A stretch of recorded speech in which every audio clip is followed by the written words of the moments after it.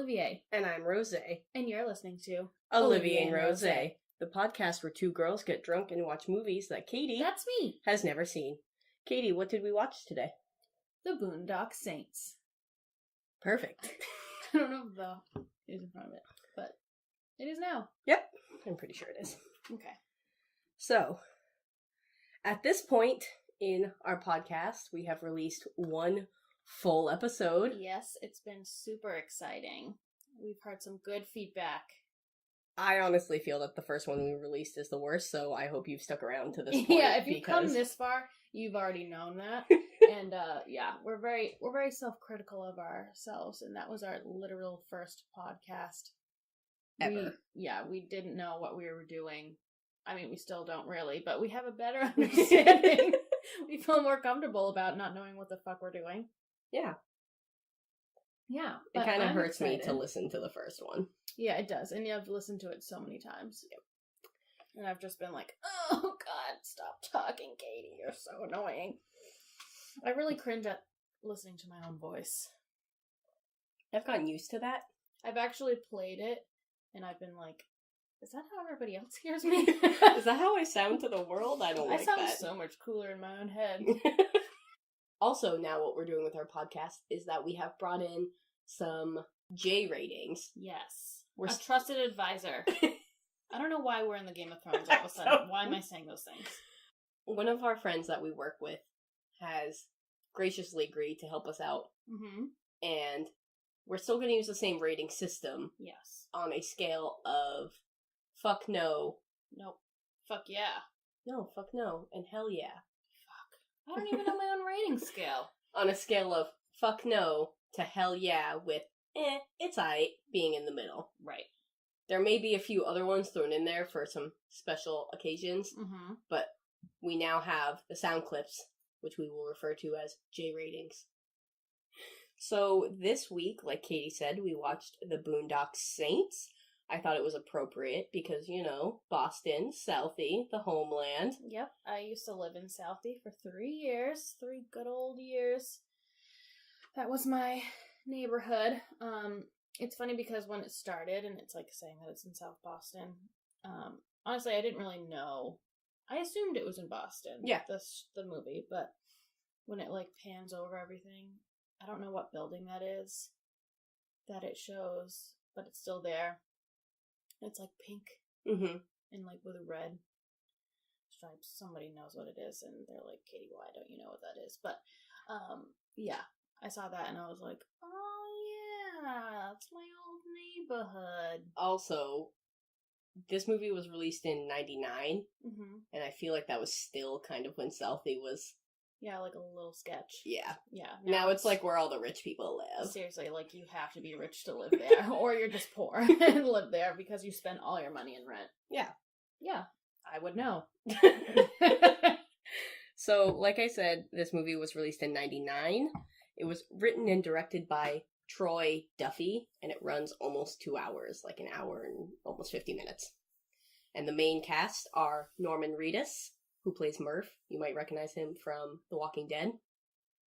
Oh, I've never seen The Walking Dead, but I have, like, seen clips of it, I feel like, and when I was watching the movie, I was like, he's definitely in something. Yep. Okay. Sean Patrick Flannery, who's the one you made a comment about having a super Irish name, he obviously plays Connor. Willem Dafoe, who plays Paul Smecker. David Della Rocco, who plays Rocco. And Billy Connolly, who plays Il Duce. Il Duce. His name was like Duce? Duce, yeah, Duce? Il Duce. That's what it is. Duce. Is that Italian? I think so. I think they called him like the Duke or something. Yeah. So that's probably what it means. We need a translator over here. We need one of the brothers. Yes. So this movie starts out with the brothers at Mass in church, and the Monsignor starts speaking, and he's talking about this woman who got stabbed and nobody did anything. I'm pretty sure I've heard that story before. It's a real case. Okay. It's the Kitty Genovese case. Yeah, okay, yeah, that I know what that is then. Okay. I'm gonna give... Surprisingly. I have this whole background ready because I was like, Katie's probably not gonna know what the Kitty Genovese case is. But I'm going to do short background because we are not a murder podcast. There's millions out there. I'm sure they all have a case on this. All good ones, too. Basically, Kitty Genovese was coming home in March of 1964, and some guy followed her home and got out of his car at like 3 a.m. in front of her apartment. Where was this? New York City. Okay. So, she gets out of her car at like 3 a.m. She's 100 feet from her house. And this guy who has followed her home because he saw her parked at a stoplight, gets out of the car, beats the shit out of her, and she calls for help. One guy, like, calls down from a balcony and is like, hey, you leave that girl alone. And the guy who's attacking her runs off. But in this time, no one goes down to help her. Nobody does anything. She just leaves her there. And the guy who attacked her actually comes back, like, drags her behind the building and kills her and rapes her. Jesus Christ. So, obviously, that, had all the onlookers and nobody did anything. And it actually became known as the Genovese syndrome. Bystander effect. Yeah. But that's how this movie starts off, and I think that kind of sets the tone for what the movie is about, which is basically just these two Irish brothers who decide, after they have a revelation in jail, that they are going to take care of all the bad people in the world. They're the ones that are going to kind of bring justice down.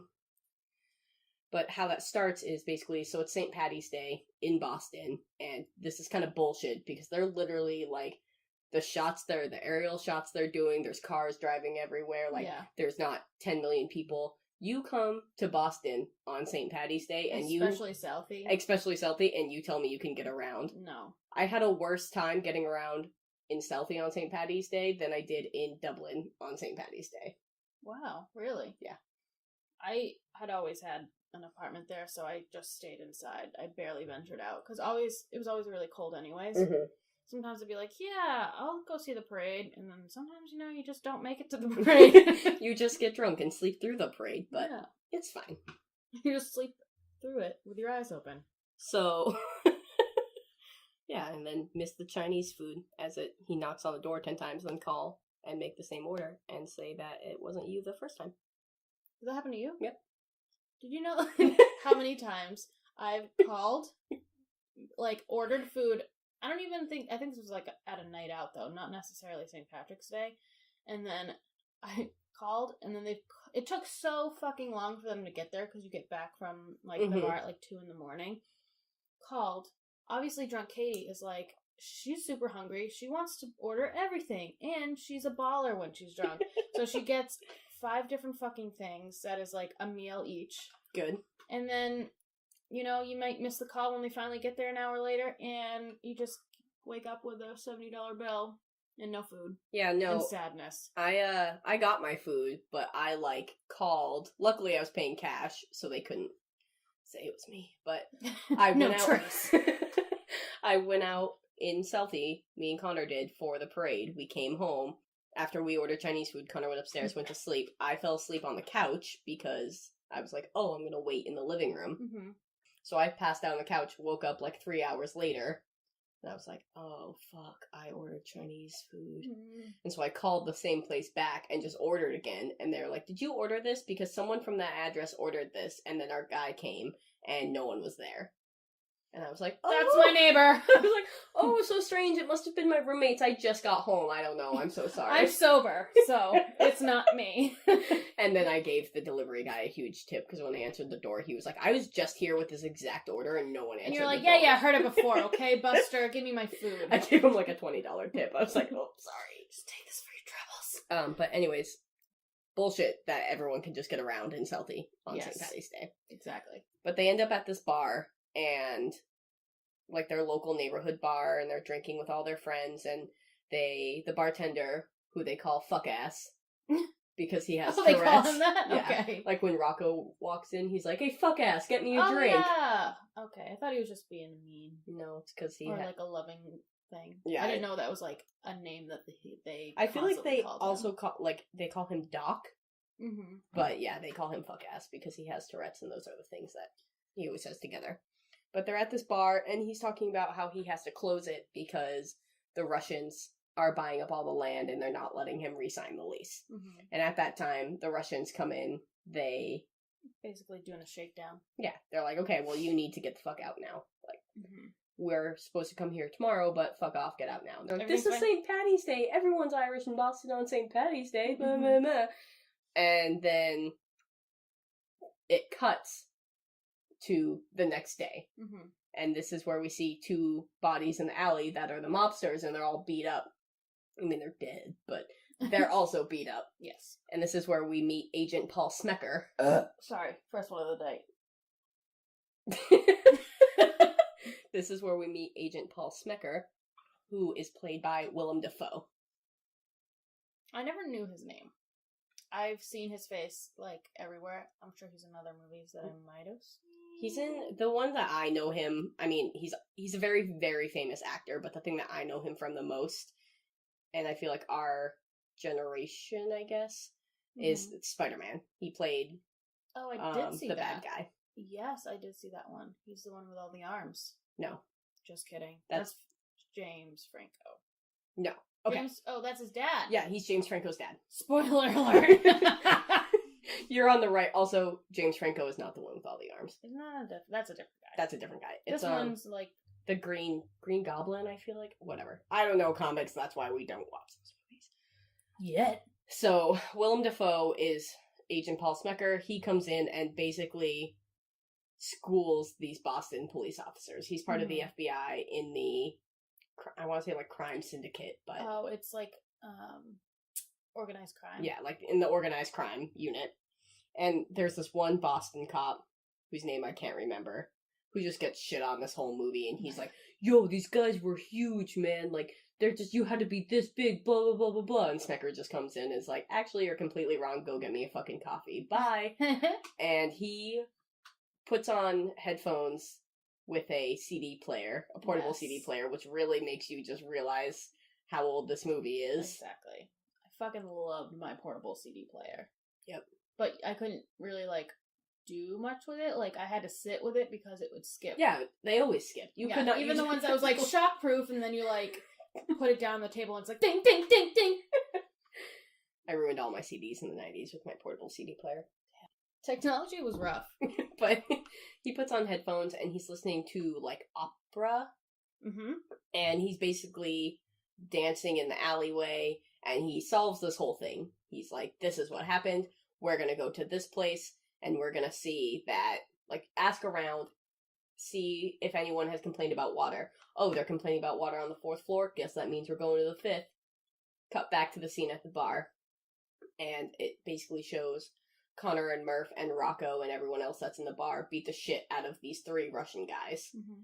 And they, like, they tie one of them to the bar and light his butt on fire with, I think, Hennessy was the bottle I recognized. Oh, really? I didn't even notice. But they light his ass on fire, and they basically just beat the shit out of him. And then the mobsters came and found Connor and Murph in their apartment. Apartment's a strong word. In the place where they live. Yeah, that place was rough.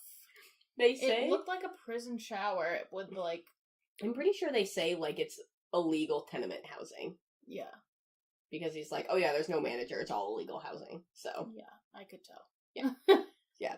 Apartment is a strong word for where they live, but these mobsters go back to where Connor and Murph live, and they handcuff Connor to the toilet and take Murph out, and they're like, we're gonna kill Murphy, bye! And then they go out in the alleyway, and Connor has managed to lift the toilet off the ground, and he throws it off the roof and hits one of the mobsters, and then jumps off the roof and hits the other one, and they have this little fight. And then Connor and Murphy steal all their money and guns. They get interviewed by Paul Smecker. Yep. In the Boston Police Department. Because they turn themselves in. Yes, because they're talking, they're like, oh, we're going to turn ourselves in because it was self-defense, which it was. Right. And I wanted to say something about this during the movie, but I've gotten into the habit of anytime I see something that I'm like, I want to comment on this. I'm just going to wait. Yeah. Did you see that box of donuts they were eating that was Dunkin' Donuts and had literally, like, the oldest Dunkin' logo in the entire world? No, I didn't even notice it. Yeah, they're like, you can't really see the Dunkin' part because of the lid. Okay. But you can see the donuts, which is clearly, like, the Dunkin' Donuts logo.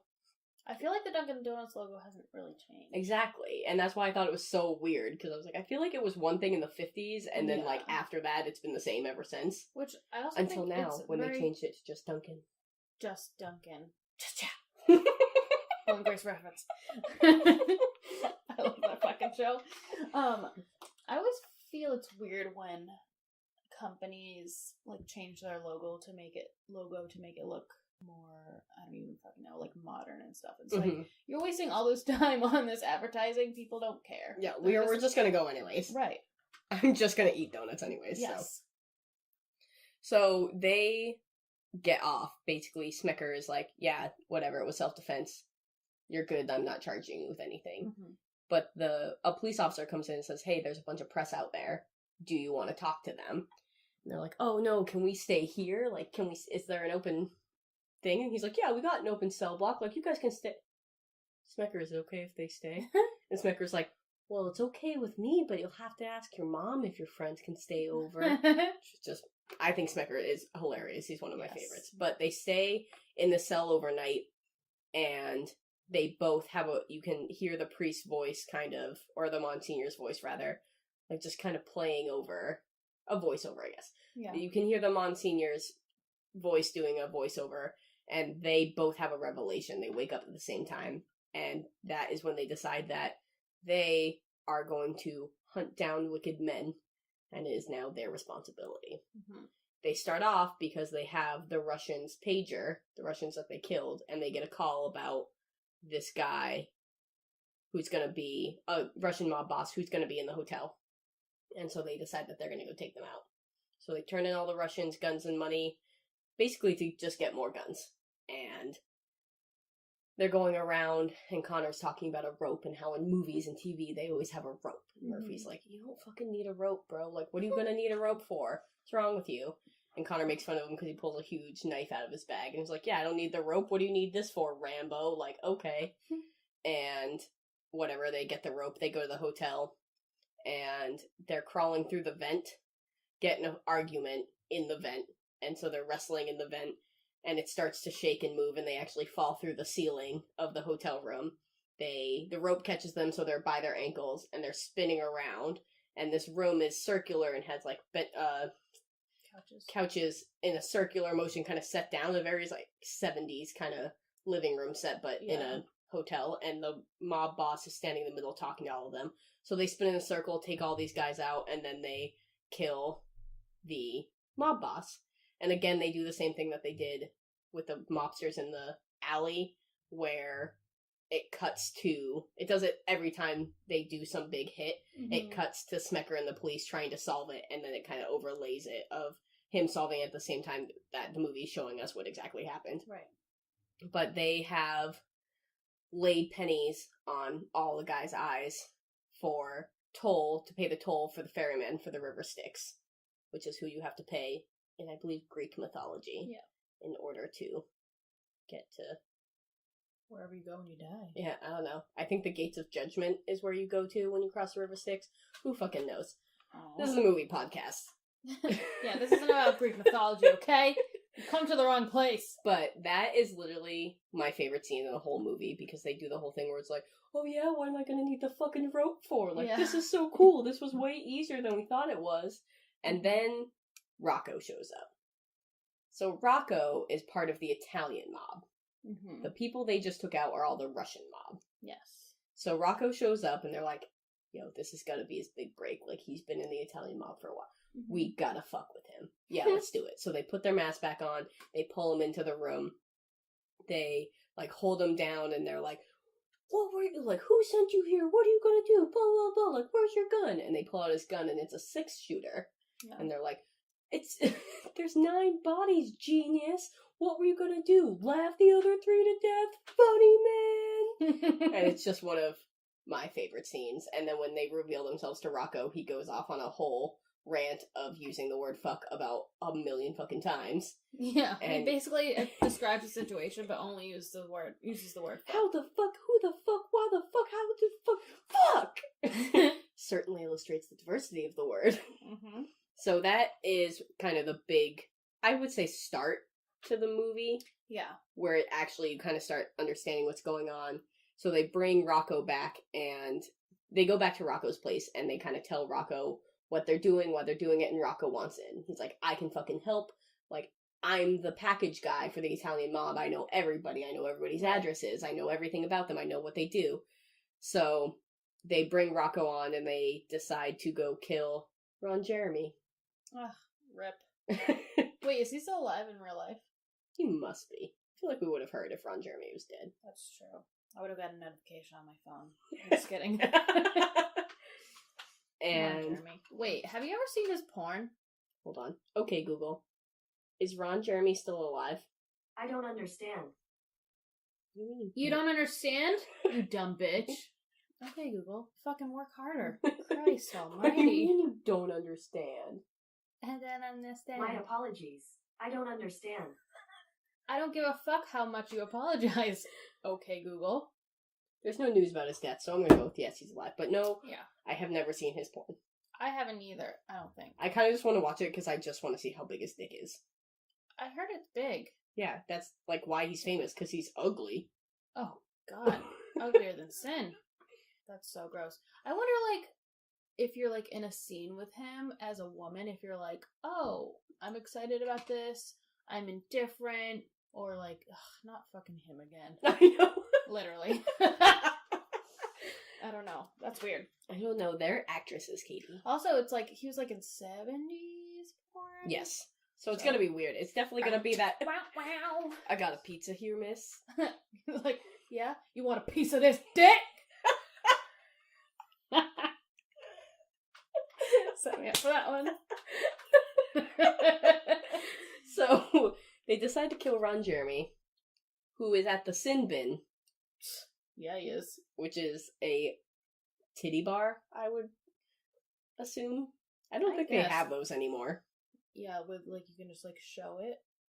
Where, like, you can just watch men jack off as they look at you. I don't think that's a thing. Yeah, I don't know.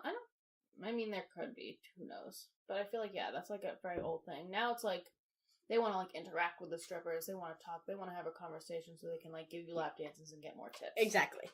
But he goes in and... I know all about it. So we... It's fine. We were there. We went to the Sin Bin. We were the dancers. Also, great name. Yeah, Sin Bin. Yeah. You gotta keep it short, classy. Gotta keep it rhyming. And, like, where you just, like, you hear it and you're like, yes, I know what that is. It's funny, though, because back to, like, Greek mythology, even though this isn't a Greek mythology podcast. It's okay, Rose. Don't get upset. When they go into the Sin Bin, they walk into the door, like, walk through the door into the room where the dancer is, and on the door it says, "Abandon hope, ye who enter here," which, according to Dante's Inferno, is the saying on the gates to hell. Oh, well, it is sin, and it is a bin. And also, I mean, if I fucking read that every time I walked into my work, like, if I was that stripper, I'd be like, what the fuck am I doing here? Yeah, Jesus. who wrote this? Yeah. So, they go in, the stripper is there, Rocco is kind of in charge of holding her back while she tells them which door Ron Jeremy is in. There's 3, he's in the middle one. They open it, Connor and Murph take him out, and then the stripper passes out. While Connor and Murph are putting the pennies on Ron Jeremy's eyes, Rocco kind of reaches over and, like, grabs the stripper's tit. And Connor and Murph yell at him, and then the money comes through on the other 2 doors.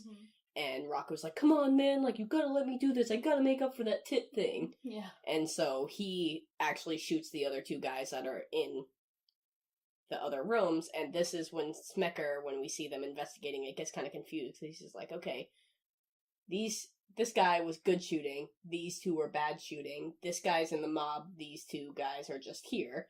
And that's when he kind of makes the connection that whoever is doing this is just taking out bad people. It doesn't really matter who they are. Right. So this is when the crime family that Rocco works with kind of realizes that Rocco is out to get them. Yep. Because they did, when they sent him to kill the Russians, they only sent him with a 6-shooter, and that was to kill him. Like, they didn't want him anymore. Right. So they get Papa Joe, who's the boss, the one who Rocco tells a joke to at the beginning of the movie. Yep. He gets them to get out Il Duce of prison. And they're like, we use him whenever someone's one of our own, whenever we need to kill one of our own, we get him out. And he's crazy. Sorry, sidebar. I have to go back to this part because it's one of my favorites. When they're all drinking after, I believe it's after the sin bin. Oh, yeah. And they're all drinking and Rocco, or no, it's before. When they're all drinking, Rocco's like, I'm going to join you, this is great, blah, blah, blah. And he slams his hand down on the table and the gun goes off and it kills the cat. Yeah. It's very sad. Love the cat. But I just think it's so funny because then they like yell and they're running around and they're knocking shit down in the apartment. Super intoxicated. Yeah. And they just fuck everything up. And after that is when they decide to go to the sin bin. And now I forgot where I was in Papa Joe. He does stuff. Takes out Il Duce. Okay. He takes out Il Duce, and Rocco and Murphy and Connor go to this other guy's house that, again, Rocco knows about because he drove him around, and he's just like a crazy murderer. Yeah. Doesn't care who he kills. Exactly. He's basically deadpan the whole time. He's a poker game with all his friends. They, get into the poker game, and they're killing everybody. They kill everyone. They kind of have a rough time with the guy they came for, but they get him, and then as they're leaving, Il Duce attacks them. He has 6 guns. He takes them all off. He's firing at them constantly. There's blood everywhere. Rocco loses a finger. Before they leave, they're spraying all the blood that got on the house, all of their blood, with something. We don't know what. And then they just leave. When Smecker is investigating, he's mad. He's like, what's taking so long with this blood sample? And it turns out that they put ammonia on it, so all the blood samples are useless. And that's when Smecker finds the finger of Rocco that got shot off. And he doesn't turn it in, he just takes it and puts it in his pocket. Finds out that it's Rocco because he fingerprints it. He remembers that he saw Rocco coming into the police station when he had the brothers there. Right. And that's when he realizes what's happening and who is doing the crime and all this stuff. So he gets really drunk and is at a bar, a gay bar, because I feel like they only made him gay for one specific part, but Smecker is a gay character. Yeah. And he gets really drunk. He's stumbling out of the bar, and that's when Rocco sees him while the brothers are in church. So Rocco kind of follows him. He stumbles into the same church that the brothers are in and goes into confession. So Rocco gets the priest, pushes him into the middle, and he's making the priest gonna talk to Smecker. Connor sees him, gets Rocco from the other side of the confessional, so it's this whole long line, and it turns out that Smecker is on their side. He's asking the priest, I put bad guys away, but there's so much red tape, how do I help these guys, blah, blah, blah, blah. Yeah. So that's when they find out that Smecker's on their side. So they call him, and they tell him that they're gonna go attack Papa Joe at his house, and that they're gonna take Papa Joe out. Smecker goes to talk to some guy who's also in the Italian mob who got Il Duce out of prison. And he tells him, oh yeah, something's happening at Papa Joe's tonight. I don't know what it is, but I know it has to do with this funny man. And that's when Smecker realizes that they are set up for a trap. Yep. And he can't get in contact with them. There's no way. So we see Connor, Murphy, and Rocco all in the basement of Papa Joe's. And they're all beat up and bloody and handcuffed to chairs. And they're trying to get Rocco... I don't really think trying to get him to do anything, but they just beat the shit out of him. And then Papa Joe kills Rocco. Yep. It's very sad. Poor Rocco. And then we aren't really sure how Connor and Murphy are going to get out. We know that Il Duce is coming to the house. They're handcuffed to chairs. We don't really know. We see them kind of get out of the foot handcuffs, and then Connor's kicking Murphy's hand to dislocate his thumb so that he can get out of the handcuffs. And that's when we see Smecker, dressed as a woman, come into the house. And he is like, oh, blah, blah, blah, sent me for entertainment. And he makes out with this dumb mobster guy. The mobster guy brings Smecker into the house. And they see the other mobster, and he's like, dude, what are you doing? He's like, man, I haven't gotten laid in weeks. Like, it'll take 5 minutes. And he's like, okay, hurry up. Literally. And I took a note that said, brings us back to the fact that men are idiots and think with their dicks. Yeah. Because, all you had to do was not be a horn dog? A horn dog that is attracted, I don't want to be rude, but attracted to not a pretty woman. No. Willem Dafoe does not make a good woman. No. That's why she had bangs. Yeah. And so he goes into the bathroom. Smecker goes into the bathroom with the mobster. His wig falls off. He kills the mobster. Goes out. And this, the other mobster, he comes out. He's already kind of covered in blood. And the other mobster's like, what is this, honey? Like, 2 for the price of 1. And he's already, like, unzipping his pants as he walks down the hallway. Yeah, and Smecker just shoots him right in the chest. Just not even looking at the fact that he's holding a gun to his side with a silencer on it. He's just like, oh, pussy.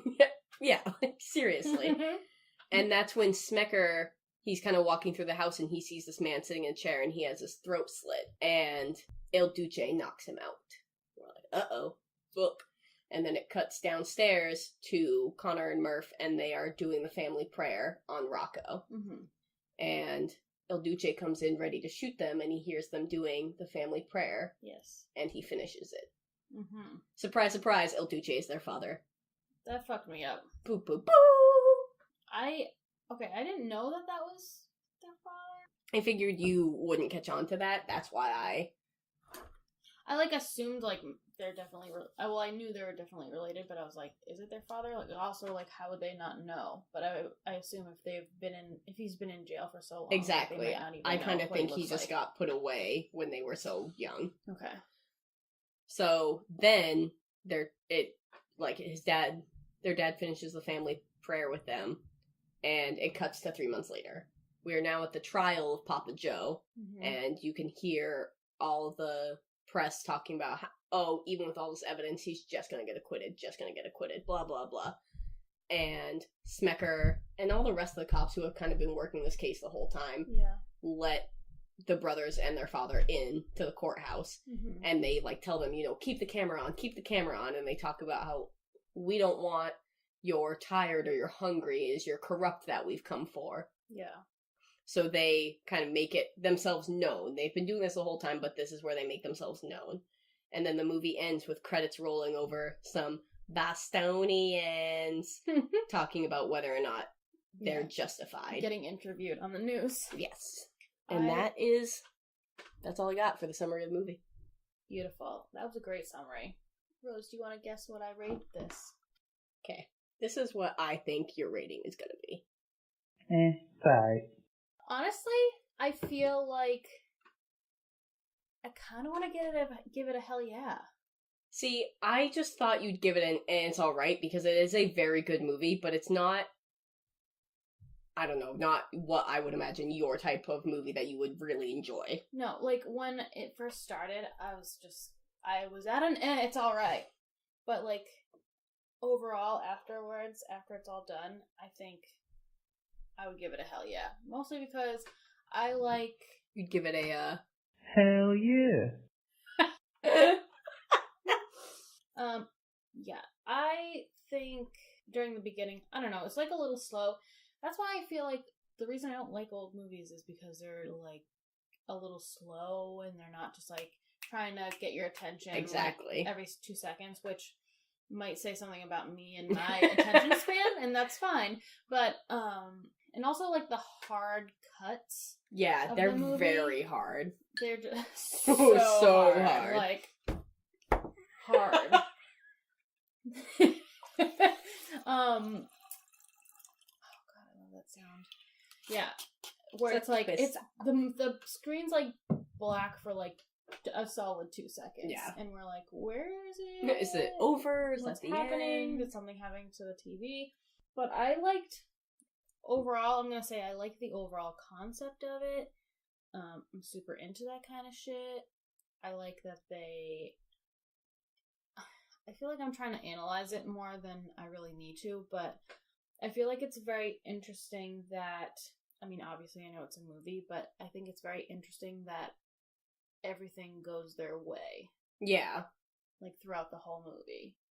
And it's like, oh, well, we kind of just, like, stumbled upon this thing. And I know there's, like, a lot of, like, religious tones to it.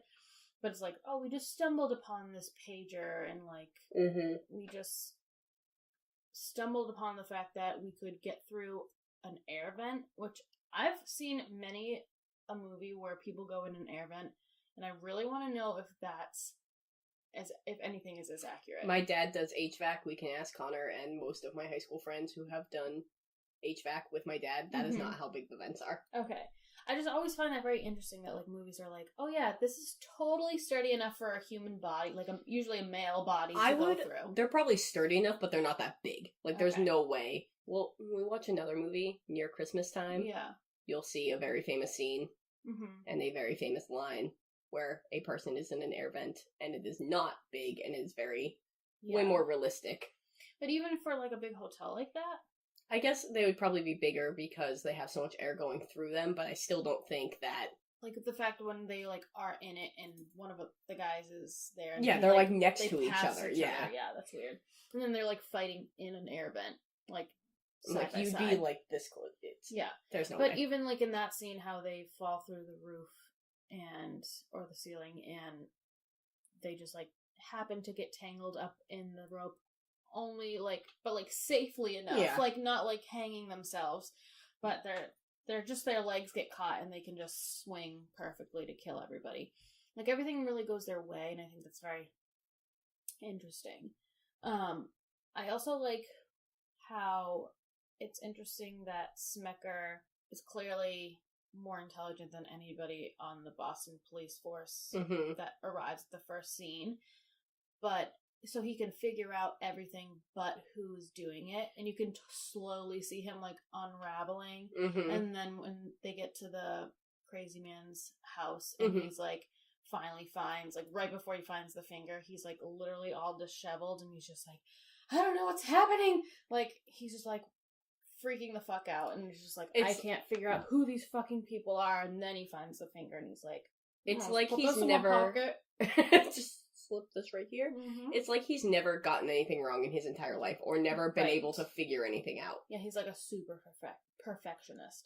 I also, while I was watching it this time, I was kind of like, this is so obvious who's doing it. Like, these two, I guess because they did it in self-defense the first time, but it's like, the two guys you arrested that literally killed Russian mobsters, and then all they did was go on to kill more Russian mobsters. Yeah. And then when he finds out about the guys that Rocco killed at the restaurant, he gets all mad because no one told him about it. Because he's like, it's obviously related. They're in the mob. Right. Like, but you didn't connect the fact that the next murder that happened after you picked up the guys for killing Russian mobsters was a bunch of Russian mobsters. Right. Maybe because he, like, I mean, the brothers don't really seem like the type. And he did interview them, and I would assume that he's in a position where he's interviewed people who have murdered before. And the fact that, like, these two brothers who aren't affiliated with anything are just gonna go after the entire Italian mob is kind of fucking crazy. And Russian mob.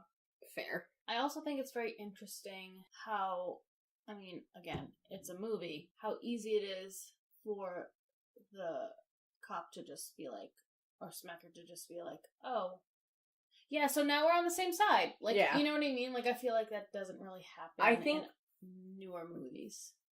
And things I have seen in movies is that the FBI is not 100% moral, or they're, like, a little corrupt. This podcast is gonna get flagged shit. Well, at least there'll be more listeners. They're already watching me through my camera. It's fine. Pointed towards me, hey. I'm not single. I'm not single, don't call me. But those are, like, my thoughts of it. Right. Yeah. It's like, killing people is wrong. We already know that. Well, most of us do. That are probably listening to this podcast. You think there's people in prison who can listen to podcasts? They're not, probably. Prison's probably better than real life, let's be honest. Oh my god, what if we get a huge prison following? Yo, what up, boys? We'll come for a live show, we'll watch a movie, and then what up, Bridgewater State Penitentiary?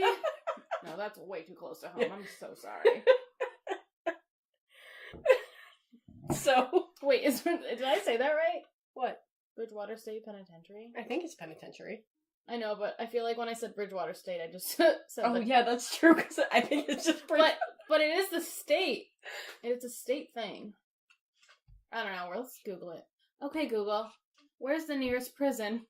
The address for Suffolk County House of Correction is 20 Bradston Street, Boston, Massachusetts, 02118. No, write that down just in case we get mail from them. Oh, there's Bridgewater State Hospital. Oh, it must be Bridgewater State Penitentiary. Or Correctional. Bridgewater State Correctional. I just want to get right. I want to be right before the... Okay, Google. Is there a prison in Bridgewater?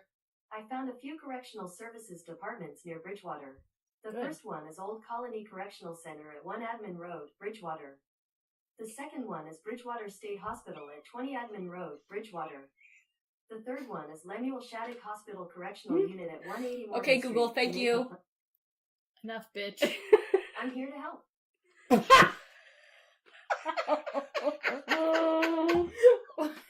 I can't. Wait, so is the state hospital just for, like, it's just part of it? So, like, I think if so, they get probably. sick, they go there? Who knows? I don't know how prison works.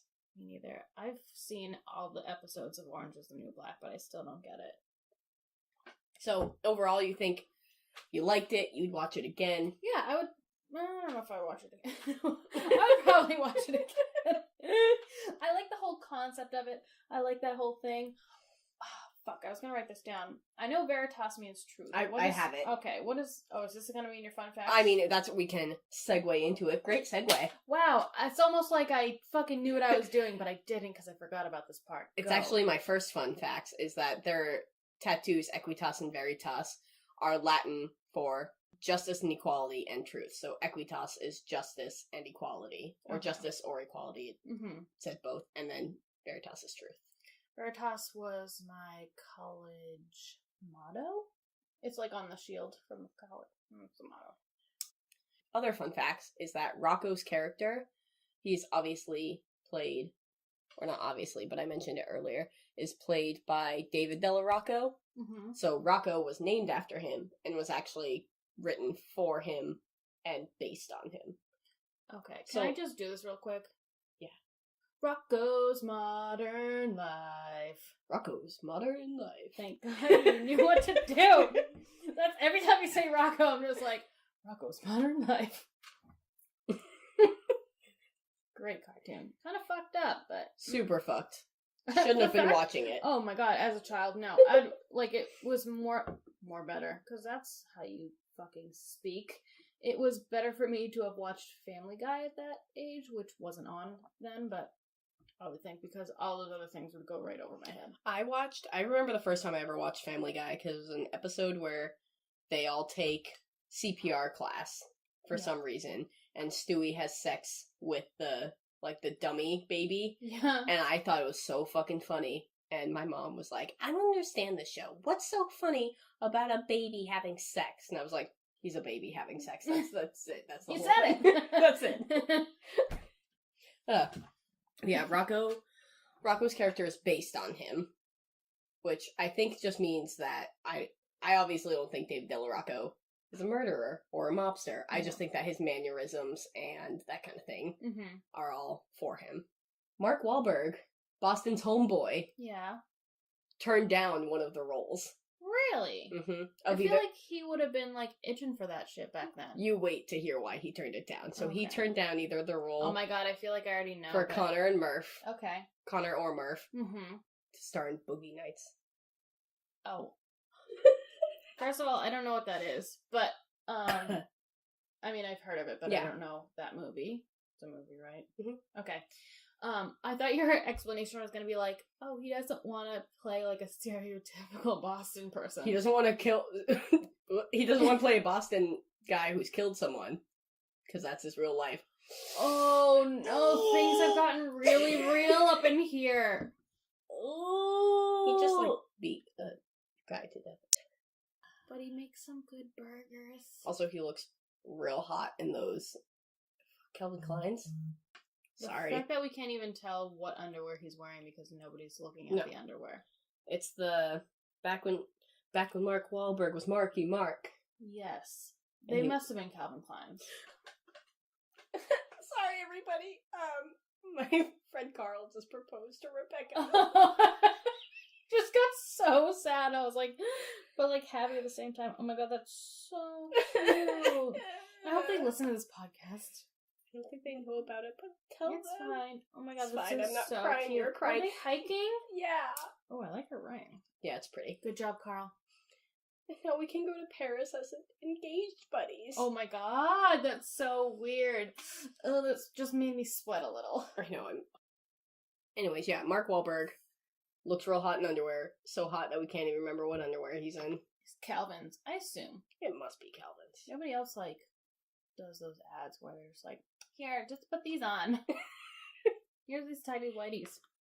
So, let me see what other ones. Okay.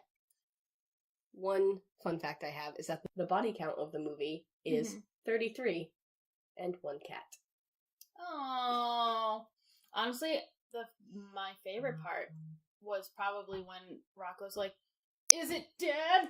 No, is it dead? Nope.